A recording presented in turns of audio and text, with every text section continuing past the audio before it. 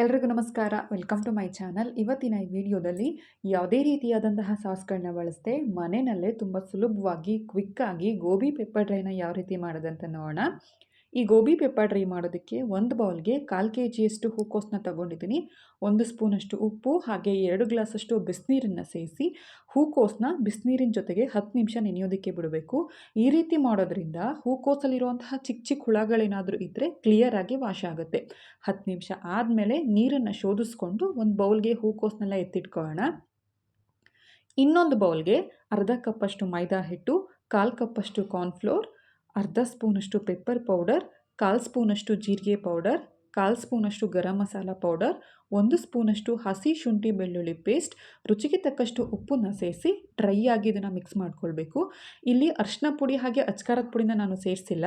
ಇದು pepper dry ಆಗಿರೋದ್ರಿಂದ ಸ್ವಲ್ಪ ಈ ಕರಿಮೆಣಸು ಜಾಸ್ತಿ ಇದ್ದರೆ ಚೆನ್ನಾಗಿರುತ್ತೆ. ಹಾಗೆ ಅಚ್ಕಾರದ ಪುಡಿ ಏನಾದರೂ ಹಾಕಿಬಿಟ್ರೆ ಕೆಂಪು ಕಲರ್ ಬರುತ್ತೆ. ಅದಕ್ಕೋಸ್ಕರ ನಾನು ಅವೆರಡನ್ನೂ ಕೂಡ ಸ್ಕಿಪ್ ಮಾಡಿದ್ದೀನಿ. ಬೇಕು ಅಂತಂದರೆ ನೀವು ಹಾಕ್ಕೊಳ್ಬಹುದು.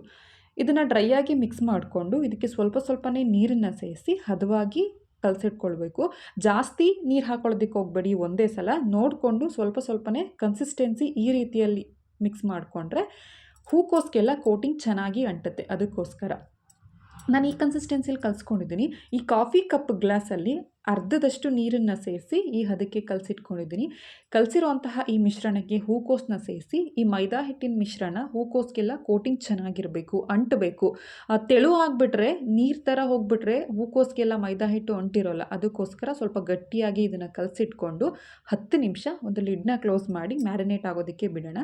ಅಷ್ಟರೊಳಗೆ ಎಣ್ಣೆ ಕೂಡ ಬಿಸಿಗಿಟ್ಕೊಳ್ಳೋಣ. ಎಣ್ಣೆನೂ ಕೂಡ ಕಾದಿದೆ. ಬಿಸಿಯಾಗಿರುವಂತಹ ಎಣ್ಣೆಗೆ ಮೀಡಿಯಮ್ ಫ್ಲೇಮ್ನಲ್ಲಿ ಇಟ್ಕೊಂಡು ಮ್ಯಾರಿನೇಟ್ ಮಾಡಿರೋಂಥ ಹೂಕೋಸುಗಳನ್ನೆಲ್ಲ ಸೇರಿಸ್ಕೊಳ್ಳೋಣ. ಜಾಸ್ತಿ ಅಂದರೆ ಒಂದೇ ಸಲ ಹಾಕೊಳ್ಳೋದಕ್ಕೆ ಹೋಗಬೇಡಿ. ಹೂಕೋಸನ್ನ ನೋಡಿಕೊಂಡು ಸ್ವಲ್ಪನೇ ಹಾಕ್ಕೊಂಡು ಡೀಪ್ ಫ್ರೈ ಮಾಡ್ಕೊಳ್ಳಿ. ಲೋ ಫ್ಲೇಮ್ ಅಥವಾ ಐ ಫ್ಲೇಮ್ನಲ್ಲಿ ಇಟ್ಕೊಂಡು ಮಾಡ್ಕೊಳ್ಬಾರ್ದು. ಐ ಫ್ಲೇಮ್ನಲ್ಲಿ ಇಟ್ಕೊಬಿಟ್ರೆ ಎಣ್ಣೆ ಎಲ್ಲ ಸೀದೋಗ್ಬಿಡುತ್ತೆ. ಹಾಗೆ ಲೋ ಫ್ಲೇಮ್ನಲ್ಲಿ ಇಟ್ಕೊಂಡ್ರೆ ಹೂಕೋಸೆಲ್ಲ ಮೆತ್ತಗೆ ಬಂದುಬಿಡುತ್ತೆ. ನಮಗೆ ಇದು ಪೆಪ್ಪರ್ ಡ್ರೈ ಆಗಿರೋದ್ರಿಂದ ಸ್ವಲ್ಪ ಕ್ರಿಸ್ಪಿಯಾಗಿ ಕ್ರಂಚಿ ಆಗಿದ್ದರೆ ತುಂಬಾ ರುಚಿಯಾಗಿರುತ್ತೆ. ಗೋಲ್ಡನ್ ಕಲರ್ ಬರೋವರೆಗೂ ಇದನ್ನು ಫ್ರೈ ಮಾಡ್ಕೊಳ್ಬೇಕು. ಎಲ್ಲಿವರೆಗೂ ಅಂದರೆ ಬಣ್ಣ ಚೇಂಜ್ ಆಗಿದೆ ಹೂಕೋಸಲ್ಲಿ ಅಲ್ಲಿವರೆಗೂ ಇದನ್ನು ಫ್ರೈ ಮಾಡಿಕೊಂಡು ಒಂದು ಪ್ಲೇಟ್ಗೆ ಎತ್ತಿಟ್ಕೊಳ್ಳೋಣ. ಇನ್ನೊಂದು ಪ್ಯಾನ್ಗೆ 2-3 ಸ್ಪೂನಷ್ಟು ಎಣ್ಣೆ ಬಿಸಿ ಆದಮೇಲೆ 1 ಸ್ಪೂನಷ್ಟು ಚಿಕ್ಕದಾಗಿ ಕಟ್ ಮಾಡಿಟ್ಕೊಂಡಿರುವಂತಹ ಬೆಳ್ಳುಳ್ಳಿ ಹಾಗೆ ಚಿಕ್ಕದಾಗಿ ಕಟ್ ಮಾಡಿಟ್ಕೊಂಡಿರುವಂತಹ ಶುಂಠಿನ ಸೇರಿಸಿದ್ದೀನಿ. 4-5 ಹಸಿಮೆಣಸಿನಕಾಯಿ ಖಾರ ನೋಡಿ ಹಾಕ್ಕೊಳ್ಳಿ. ಖಾರ ಇಷ್ಟಪಡೋರು ಜಾಸ್ತಿ ಹಾಕ್ಕೊಳ್ಳಿ. ಇದು ಮೀಡಿಯಮ್ ಖಾರನ ನಾನು ಸೇರಿಸಿದ್ದೀನಿ. 1 ಮೀಡಿಯಮ್ ಸೈಜ್ ಈರುಳ್ಳಿ ಹಾಗೆ 1 ಕ್ಯಾಪ್ಸಿಕಮ್ನ ಚಿಕ್ಕದಾಗಿ ಕಟ್ ಮಾಡ್ಕೊಂಡು ಹಾಕಿದ್ದೀನಿ. ಐ ಫ್ಲೇಮ್ನಲ್ಲಿ ಇಟ್ಕೊಂಡು ಇದನ್ನು ಕ್ರಂಚಿಯಾಗಿ ಫ್ರೈ ಮಾಡ್ಕೊಳ್ಬೇಕು. ತುಂಬ ಏನು ಫ್ರೈ ಮಾಡುವಂತಹ ಅವಶ್ಯಕತೆ ಇಲ್ಲ. ನಾವು ಈ ಗೋಬಿ ಮಂಚೂರಿ ಎಲ್ಲ ತಿನ್ನುವಾಗ ನಮಗೆ ಕ್ಯಾಪ್ಸಿಕಮ್ ಈರುಳ್ಳಿ ಹೇಗೆ ಕ್ರಂಚಿಯಾಗಿ ಸಿಗುತ್ತೋ ಅಷ್ಟು ಇದನ್ನು ಫ್ರೈ ಮಾಡ್ಕೊಳ್ಳಿ. ಇದಕ್ಕೆ ಒಂದು ಸ್ವಲ್ಪ ಪೆಪ್ಪರ್ ಪೌಡರ್ ಅಂದರೆ ಅರ್ಧ ಸ್ಪೂನಷ್ಟು ಪೆಪ್ಪರ್ ಪೌಡರ್, 1/4 ಸ್ಪೂನಷ್ಟು ಜೀರಿಗೆ ಪೌಡರ್ ಹಾಗೆ 1/4 ಸ್ಪೂನಷ್ಟು ಗರಂ ಮಸಾಲ ಸೇರಿಸಿ ಒಂದು ಸ್ವಲ್ಪ ಉಪ್ಪನ್ನು ಸೇರಿಸಿ ಮತ್ತೆ ಐ ಫ್ಲೇಮ್ನಲ್ಲಿ ಇದನ್ನು ಮಿಕ್ಸ್ ಮಾಡಿಕೊಂಡು ಡೀಪ್ ಫ್ರೈ ಮಾಡಿರುವಂತಹ ಹೂಕೋಸನ್ನ ಸೇರಿಸಿ 2-3 ನಿಮಿಷ ಹೈ ಫ್ಲೇಮ್ನಲ್ಲೇ ಚೆನ್ನಾಗಿ ಫ್ರೈ ಮಾಡ್ಕೊಳ್ಳಿ. ಫ್ರೈ ಆದಮೇಲೆ ಒಂದು ಪ್ಲೇಟ್ಗೆ ಸರ್ವ್ ಮಾಡಿಕೊಂಡ್ರೆ ರುಚಿಯಾದಂತಹ ಹೆಲ್ದಿ ಆದಂತಹ ಗೋಬಿ ಪೆಪ್ಪರ್ ಡ್ರೈ ಸವಿಯಲು ಸಿದ್ಧ. ನಾವು ಹೊರಗಡೆ ಹೋಗಿ ತಿನ್ನೋ ಬದಲು ಈ ರೀತಿ ಮನೆಯಲ್ಲೇ ಮಾಡ್ಕೊಂಡು ತಿನ್ನೋದ್ರಿಂದ ಆರೋಗ್ಯನೂ ಕೂಡ ಚೆನ್ನಾಗಿರುತ್ತೆ. ಹೊರಗಡೆ ಸಾಸ್ಗಳೆಲ್ಲ ಹಾಕಿರ್ತಾರೆ, ಹಾಗೆ ಟೇಸ್ಟಿಂಗ್ ಸಾಲ್ಟು, ಫುಡ್ ಕಲರ್ ಎಲ್ಲ ಹಾಕಿರ್ತಾರೆ. ಇದಕ್ಕೆ ಯಾವುದೇ ರೀತಿಯಾದಂತಹ ಫುಡ್ ಕಲರ್ ಆಗಲಿ ಸಾಸ್ಗಳನ್ನ ಬಳಸಿಲ್ಲ.